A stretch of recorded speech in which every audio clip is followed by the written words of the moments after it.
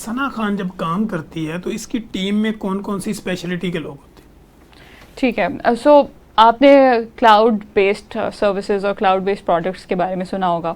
I am sure आजकल तो लोग बहुत अवेयर हैं इसके बारे में। मैं ये समझती हूँ कि मेरी टीम में हर वो खातून और हर वो मोहतरम हजरत शामिल हैं जिनको ये थोड़ी सी भी अवेयरनेस है कि हमें यहाँ पे गैप एनालिसिस वो कर सकते हैं और हमें थोड़ा सा इस चीज़ को कवर करने की ज़रूरत है। जिसको ये थोड़ी सी भी अवेयरनेस या एहसास या रियलाइजेशन हो गई, मैं समझती हूँ वो सब मेरी टीम का हिस्सा है। मैंने पिछले साल बहुत एक्सटेंसिवली इसके ऊपर काम किया। उसमें team of doctors were actively involve with me. हम यूनिवर्सिटीज़ में, कॉलेजेस में, डिफरेंट इंडस्ट्रीज़ में जा रहे थे, कॉर्पोरेट ऑफिस में जा रहे थे। 2-2 हज़ार लोगों का वहाँ पे हेड काउंट है, ऑन साइट काम कर रहे हैं वो।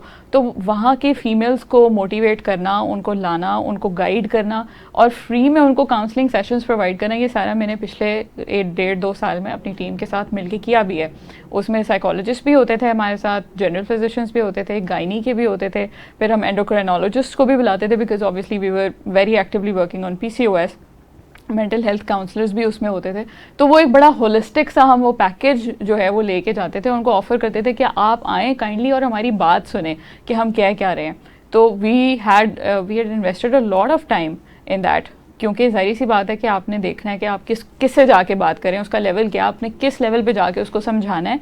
और फिर जैसे कहते हैं ना, आपने फॉर एग्जांपल मैं टीवी लेने गई तो मैंने टीवी ले लिया, उसके बाद आफ्टर सेल्स सर्विस की क्वालिटी कितनी अच्छी है, अगर वो ख़राब हो जाता है तो मैं उसके पार्ट्स को क्लेम कर सकती हूँ या नहीं, वारंटी है या नहीं, कोई टेक्नीशियन आके मेरे घर पे ठीक कर देगा या नहीं। Same goes for health care as well.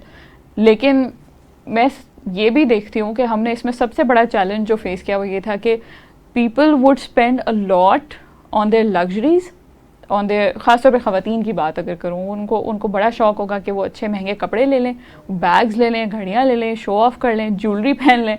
लेकिन जहाँ पे हेल्थ केयर में इन्वेस्ट करने की बात आएगी तो उनको वो इन्वेस्टमेंट की जगह एक्सपेंस लगना शुरू हो जाता है। हेल्थ और एजुकेशन दोनों में ही हमारा यही हाल है। बिल्कुल। तो उसमें ये फिर जिस तरह आप सेशन देती हैं, जैसे डाइट की अगर हम सेशन करें, किसी डाइटिशियन को आप इन्वॉल्व करते हैं जी, क्योंकि PCOS और PCOD का अगर हम बात करें तो ये तो आपकी डाइटरी डिजीज़ है। बिल्कुल। कि आप अपनी लाइफ मॉडिफिकेशन करेंगे और डाइटरी अपना हैबिट्स को चेंज करेंगे तो ये आपकी रिवर्सेबल होती है, जिस तरह आजकल रिवर्सल ऑफ डायबिटीज़ और इस तरह का मामला चल रहा है। तो इसमें आप लोगों के पास स्क्रीनिंग के लिए भी कुछ होता है? स्क्रीनिंग के लिए भी होता है। मैं आपकी बात को थोड़ा सा आगे बढ़ाऊंगी कि आपने कहा ना कि डाइटरी चेंजेस से रिवर्सिबल होती है। मैं कहूँ आजकल हम जिस तरह की ज़िंदगी गुजार रहे हैं, एक तो सेडेंटरी लाइफस्टाइल है, चलने फिरने का या एक्सरसाइज का हमारा दिल नहीं करता, बैठने में हम ज़्यादा कंफर्टेबल रहते हैं, इंडोर्स रहना ज़्यादा पसंद करते हैं और फूड भी वो खाते हैं जिसमें कम से कम टाइम लगे पकाने में, जिसका मतलब ये है कि वो प्रिजर्वेटिव से भरी हुई होगी और ऐसे सारे हार्मोन्स इंजेक्ट हुए होंगे उसमें, चाहे वो पोल्ट्री है, चाहे डेयरी है, या और बहुत सारे फ्रूट्स, वेजिटेबल्स या मीट भी इवन खा रहे हैं, सब कुछ प्रोसेस्ड है। मैं समझती हूँ कि अगर जान मार के डायबिटीज़ को या PCOD या PCOS को आप मैनेज एक दफ़ा कर भी लें, जब तक आप उस लाइफस्टाइल को रिटेन नहीं करेंगे for the rest of your life, that is bound to come back.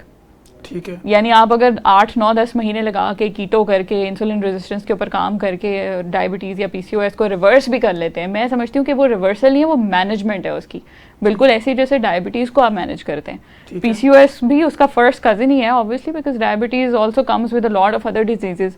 इसी तरह PCOS comes with a lot of other diseases. उसमें मेंटल हेल्थ के चैलेंजेस भी हैं, फिजियोलॉजिकल हेल्थ के चैलेंजेस हैं, रिप्रोडक्टिव हेल्थ के चैलेंजेस हैं, वेलनेस के, एस्थेटिक्स के इतने चैलेंजेस हैं, you name it and PCOS has it. इसका मतलब ये है कि आपको एक लेवल पे नहीं, आपको मल्टी लेवल इंटरवेंशन करनी पड़ती है PCOS के लिए। तो स्क्रीनिंग के लिए मैं समझती हूँ, देखिए पाकिस्तान में मेडिकल डायग्नोस्टिक्स अच्छी खासी इस्टेब्लिश्ड है और आप अपने किसी भी चॉइस के वेंडर के पास जाके वो करवा सकते हैं। मेरा फोकस सिर्फ ये है कि हम उसको फाइनेंशियली सस्टेनेबल कैसे बना सकते हैं। ठीक है। उसको लोगों को इतना अवेयर कैसे कर सकते हैं कि वो ज़रूरी है, हर 6 महीने बाद स्क्रीनिंग हमारे लिए ज़रूरी है। और बदकिस्मती से हम ऐसे मुल्क में रहते हैं जहाँ आप अगर एक दफ़ा एक्सपेंस करके, कोट अनकोट एक्सपेंस करके अगर टेस्ट करवा भी लेते हैं और वो ठीक आ जाए तो हम कहते हैं पैसे ही ज़ाया गए हैं, कुछ निकला ही नहीं है उसमें से।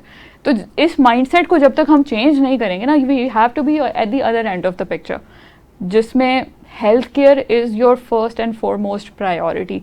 बिल्कुल उसी तरह जैसे मैं अपने काम को लेती हूँ और मैं खुद भी गिल्टी एज चार्ज, मैं खुद भी अपनी हेल्थ को बहुत निगलेक्ट करती रही हूँ, लेकिन अब with the passage of time मुझे एहसास हो रहा है कि आप दुनिया की कोई भी वर्ल्डली मटेरियलिस्टिक कोई भी चीज़ इकट्ठी कर लें, जितनी मर्जी कर लें वो एसेट्स इकट्ठे, जब तक आप हेल्दी नहीं है, there is just no use for it.